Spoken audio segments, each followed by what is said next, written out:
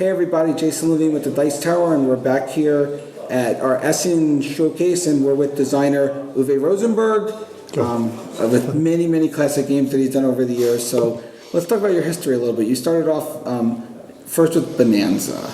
This was the first popular game. Yeah. My first game ever is called Marlowe. It's a crime game. 1993. That's really more than 20 years. 20 years of designing here. More than that, yes. Yes, amazing. And I feel so young. And Bonanza was your first hit game. And how did that come about? Like, what was your ideas when you designed the game? The idea first was that I enjoyed Civilization. This is a game from Francis Tresham, 1980 or so. And I enjoyed the fast where players change the cards. I give you some cards, give me cards, and it's only part 13 of one round. And I wanted to isolate this kind of the game, this type of the game.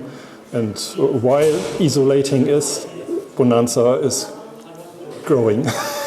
Now nobody sees that Bonanza is Civilization. Yeah, I would have never put the two together, but now that we're talking about it, I can see how the trading cards in Civilization is totally like trading in Bonanza. Yeah.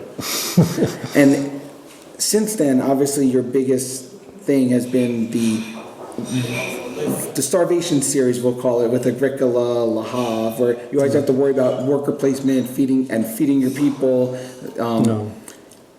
When you started with Agricola, what did you decide when you were thinking about how you were going to design this game? The start of all was Kilos or Kilos, and this is a game from William Attia from 2005 or so, and I enjoyed this game so much that after the show this year, every evening I played this game. And there was one fact of the game I think I would make it in another way, and this was that when you play the game you have 5 workers, 6 workers or so, and it's not growing, it's just 5 or 6 workers. And at the beginning of the game you don't need the workers, you only have them. And I thought it's better when you have 2 workers and then get the 3rd workers and get the 4th worker and so on. So it was a game with workers, and then I thought,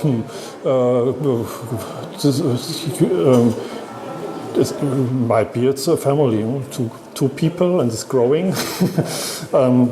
And the next, so it was not so far to make a game with sheep and farming and things like that. Kilos was the beginning. And you've obviously made a lot of games in the similar vein: Agricola, Le Havre, Caverna. Do you plan to do more of the same series, or now lately you've moved on to other things, so do you plan to go back to that, or do you plan to continue with things like Patchwork or other games like that? Yeah, and I only make games like this. I'm interested in the way people lived in the former time, and I want to show how the people lived, not how the houses live, the cities grow and other things. It's not so interesting for me. And I made a game. It's called A Feast for Odin. Next year we'll make it. This has things mechanism used on Patchwork. Patchwork is just the way of Odin, how I can the ideas left over. So I don't make Patchwork. Patchwork is just left over, übrig geblieben. In the future I will make games like this too, and now there are 3 games in the pipeline, and there's other version of Glass Road. So now it's 4 games that I have finished, and now we have to go the way to publish it. Yeah, you see there are many games in the pipeline now, but what I like is that now I have 3 childs. One is 1 year old, 4 years old, 6 years old, and now I don't make so many new games. I'm concentrated on my kids, and yeah, there are some games in the pipeline. That's good. And I think in 2 years I will start again, really. So the next things we're going to see is basically Odin and Hengist, and that's it for a while? No. There other game is, and I think that the name is Newsfjords. It's a really little town in Norway, and in the north of Norway, a place that goes on fishing and things like. This game is finished, and I hope that I think we'll make it 2 next year. These are 2 games, and then the third game is a game a big company has, and this big company wants to make it 1 year later. And so 3 games and 3 times, and in Essen 2017 I have no game yet. So there's plenty of time, yes. So if you want any of his games, make sure to get them the next year, because you never know, there might not be one in 2 years from now. But I also saw at the Lookout booth or at Labora, that's back in print again. Yeah. This is a special game. I think in America there are many players who would buy it, but in Germany it's a really hard game, and we don't have in Germany, Austria and Swiss not so many people who buy it, so we spent a little bit of time where the game was sold out, and now we make it again with Le Havre. In Germany it's the same thing. 1 year, 2 years we will wait, and then the next version comes. These games now don't have we don't want to make so much money with it. It's not possible in this situation now. But these games are a kind of me, and it should be possible to buy them.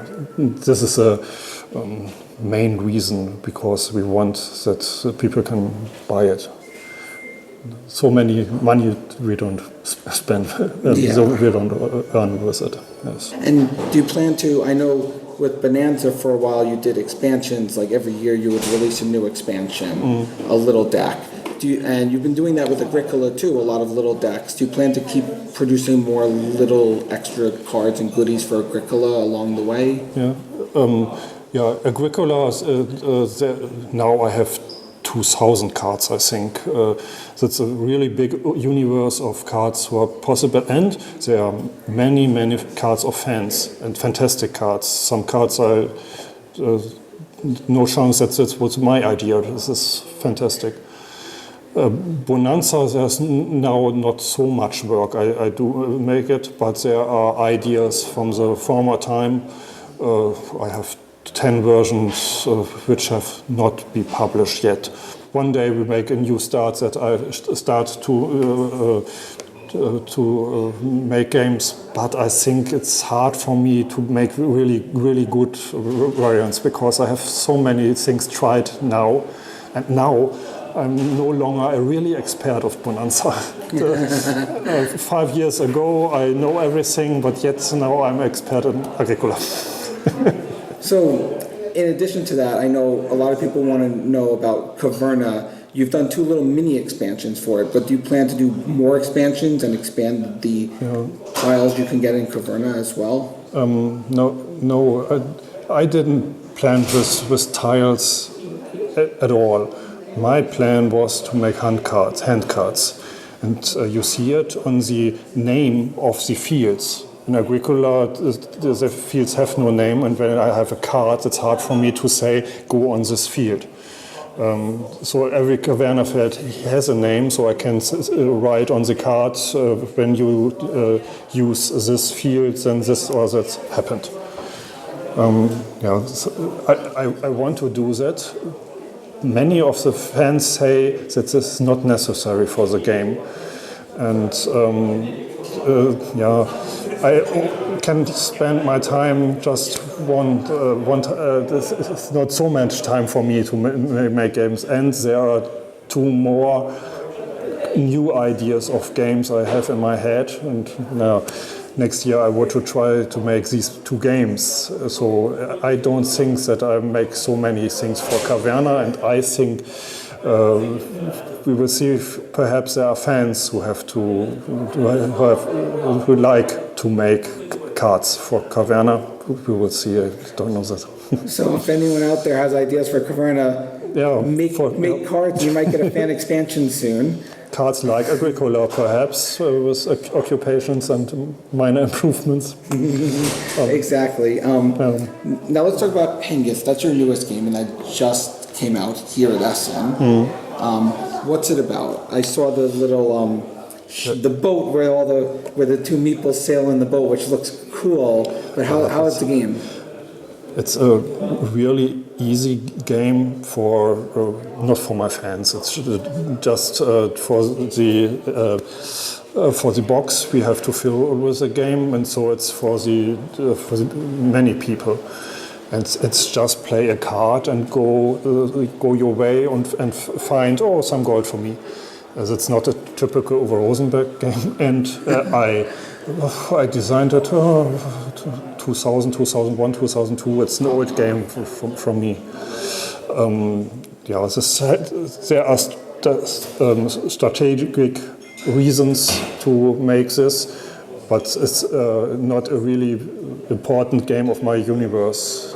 The 3 games in the pipeline now, these are the important games. And in Odin we have made so many time. It's a really hard job to finish this game. And so Pingas is not so important when there are people who like it. Nice. But Odin now, since you're talking about that, and I saw you're saying it has the same mechanism as Patchwork, where you pick up the pieces. But it looks like there's a lot more to the game than just the patchwork. Yeah, it's like Fields of Aale, lots of action fields, and on Patchwork you puzzle as you want. And Odin you have a plan and you puzzle from the edge and getting bigger and bigger. And there's an income. And when you have all puzzled this, then with this place will show your income. And when you puzzle more, this place will show your income. But you only get your income when everything here is puzzled. So on Patchwork you can have empty fields here, empty fields there, no problem. But on Odin you have to fill all the empty places to earn your money. And I think it's the hardest puzzle game ever. You have so many chances in different way to puzzle. That's heavy. It sounds great. I mean, I love Patchwork, and when I play Patchwork, I always try to go for the 7x7 as quick as possible to beat the other player at 7x7. And it sounds like you're going for something similar where you need to fill in and actually fill all the spaces. Yeah, this is 7x7 is like Odin. I make these 2 games in the same time, same ideas. This idea to this game, and this idea to this game, and both was a good game. Well, all of your games are good games, so more of them to come. And so thank you so much for doing this. And thank you. Uwe Rosenberg, and I'm Jason Levine with another Essen Designer Spotlight.